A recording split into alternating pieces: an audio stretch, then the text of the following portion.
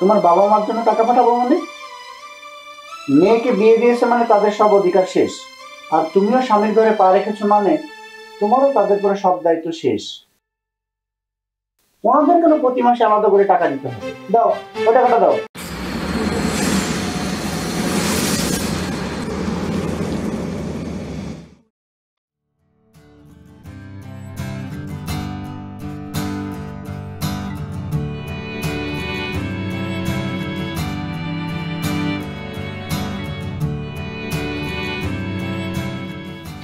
চলে আসছো অফিস থেকে?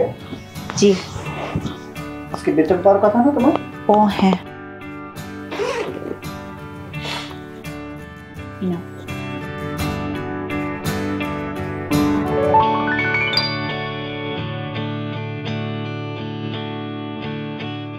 এখানে তো 10,000 টাকা, তোমার বেতন তো 25,000 টাকা। 8 টাকা কোথায়? 10,000 তোমাকে দিলাম, 8,000 আমার নিজের জন্য রেখেছি, আর 7,000 টাকা আমার বাবা মায়ের জন্য রেখেছি। তাদের পাঠাতে হবে, তাদের একটু প্রবলেম চলছে। তোমার বাবা মার জন্য টাকা পাঠাবো মানে? মেয়েকে বিয়ে দিয়েছে মানে তাদের সব অধিকার শেষ।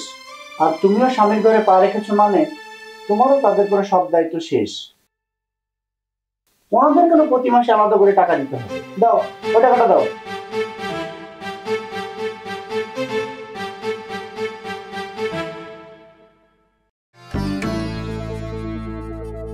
তোমার নিজের জন্য টাকা রাখতে হবে কেন? তোমার যা লাগে সবই তো আমি দেই।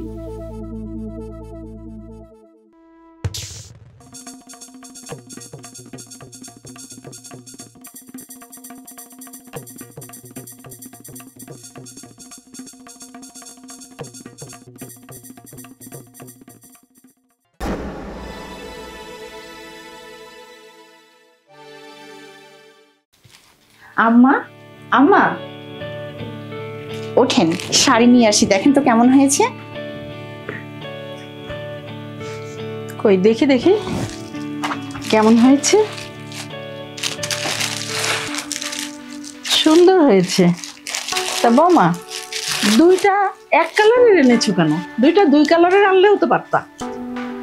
আম্মা, একটা আপনার জন্য আর একটা আমার মায়ের জন্য। বৌমা, তোমার আধিক্যতা দেখে আর বাঁচি না। শোনো বৌমা, বিয়ের পর মেয়েদের শ্বশুর বাড়ির মানুষই সব, এত মা বাবার চিন্তা করলে হয় না।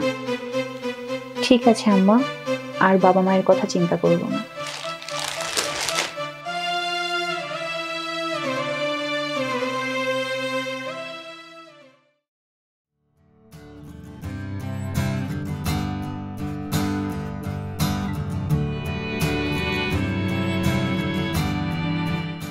এই শোনো, আমাকে গাড়ি ভাড়া পাবো 200 টাকা দাও তো।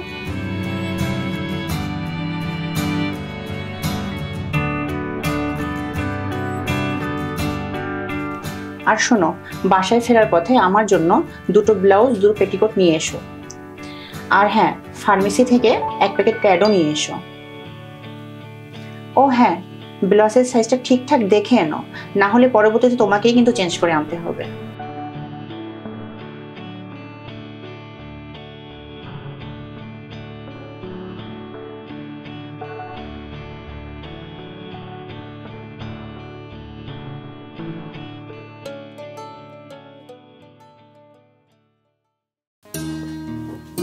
বৌমা, জি মা। এদিকে এসো, বসো, এসো বসো মা। দেখো তো এটা কেমন হয়েছে। অনেক সুন্দর মা। খুব সুন্দর না? রীতা পাঠিয়েছে।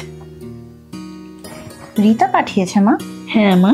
ওর আদিক্ষেতা দেখে বাঁচি না মা। বিয়ের পরে শ্বশুর বাড়ি, মেয়ের আপন বাড়ি, ও কেন আপনাকে এটা পাঠিয়েছে? এটা না পাঠিয়ে ও শাশুড়িকে দিতে পারতো মা। এটা আমি সময় মতন রীতাকে পাঠিয়ে দেব মা।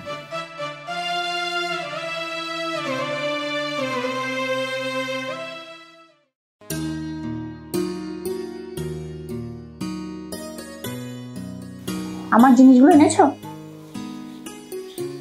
না। না না কেন? আমার পেট ব্যথা শুরু হয়ে গেছে। একটু পর যখন পিরিয়ড শুরু হয়ে যাবে তখন এই পরিষ্কার বিছানা নোংরা করলে সেটা কি ভালো দেখাবে? যাচ্ছি।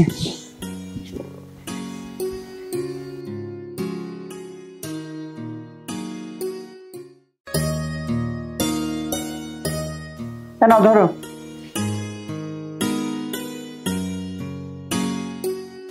আমার আর জিনিসগুলো কোথায়?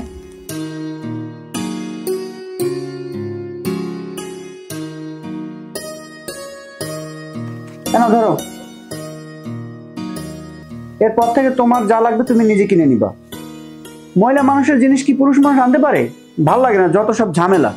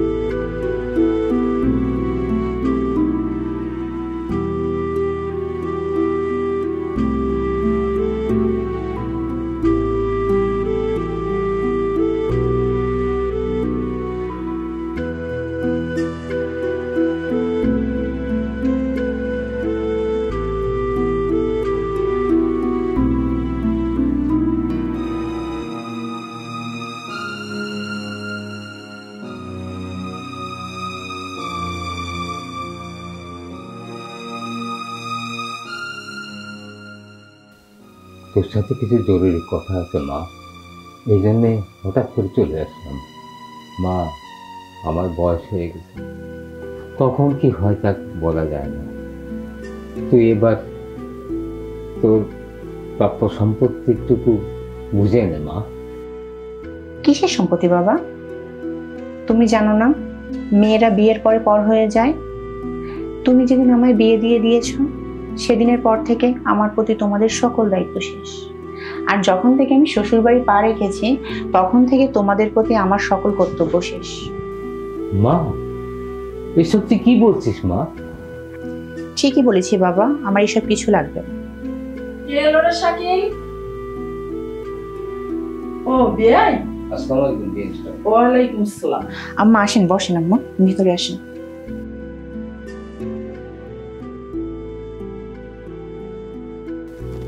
কেমন আছেন বিয়াই সাহেব? এই আছি, আল্লাহ রাখছে আর কি। জয়া, তুমি আমাদের ভুল বুঝছো। আসলে বিষয়টা এমন না। কি হয়েছে রে সাকিব? কি বিষয়? কিসের ভুল? তুমিই বলো বিষয়টা কেমন। আমার কি ইচ্ছা করে না যে মানুষটা আমাকে এত বড় করলো, পড়াশোনা শিখিয়ে যোগ্য প্রাপ্তের কাছে বিয়ে দিল, তাদের জন্য কিছু করতে? আজ আমি চাকরি করছি, সবটা তো ওনারই জন্য। উনি তো চাইলেই পারতেন ওনার মেয়েকে পড়াশোনা না করাতে। আমার বিয়ে হয়ে গেছে বলে ওনার প্রতি আমার সব দায়িত্ব শেষ হয়ে যাবে? মেয়ে বিয়ে দিলেই যদি বাবা মায়ের দায়িত্ব শেষ হয়ে যেত তাহলে আমার বাবা এখানে আসতো না আমার প্রাপ্য বুঝিয়ে দিতে। বাবা, আমার সম্পত্তির কোনো প্রয়োজন নেই, তোমাদের প্রতি আমার কোনো দায়িত্ব নেই, আর আমার প্রতিও তোমাদের না। এক মাকে ছেড়ে আমি আর এক মায়ের কাছে এসেছি। আমার দুইটা মা, যে মেয়ের দুইটা মা সে তো একটু আলাদা হবেই মা।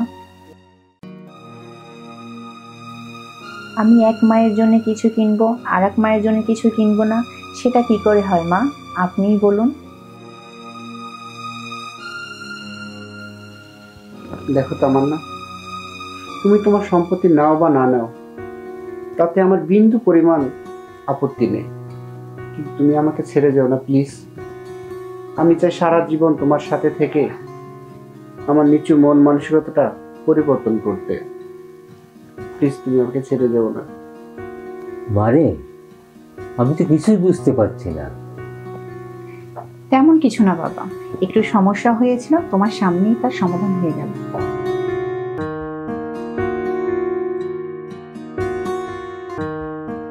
আহারে আমার সোনা মা, শালটা নিয়ে নিয়েছি বলে কান্না করতে হবে? এখনই দিচ্ছি আমি তোমার শালটা।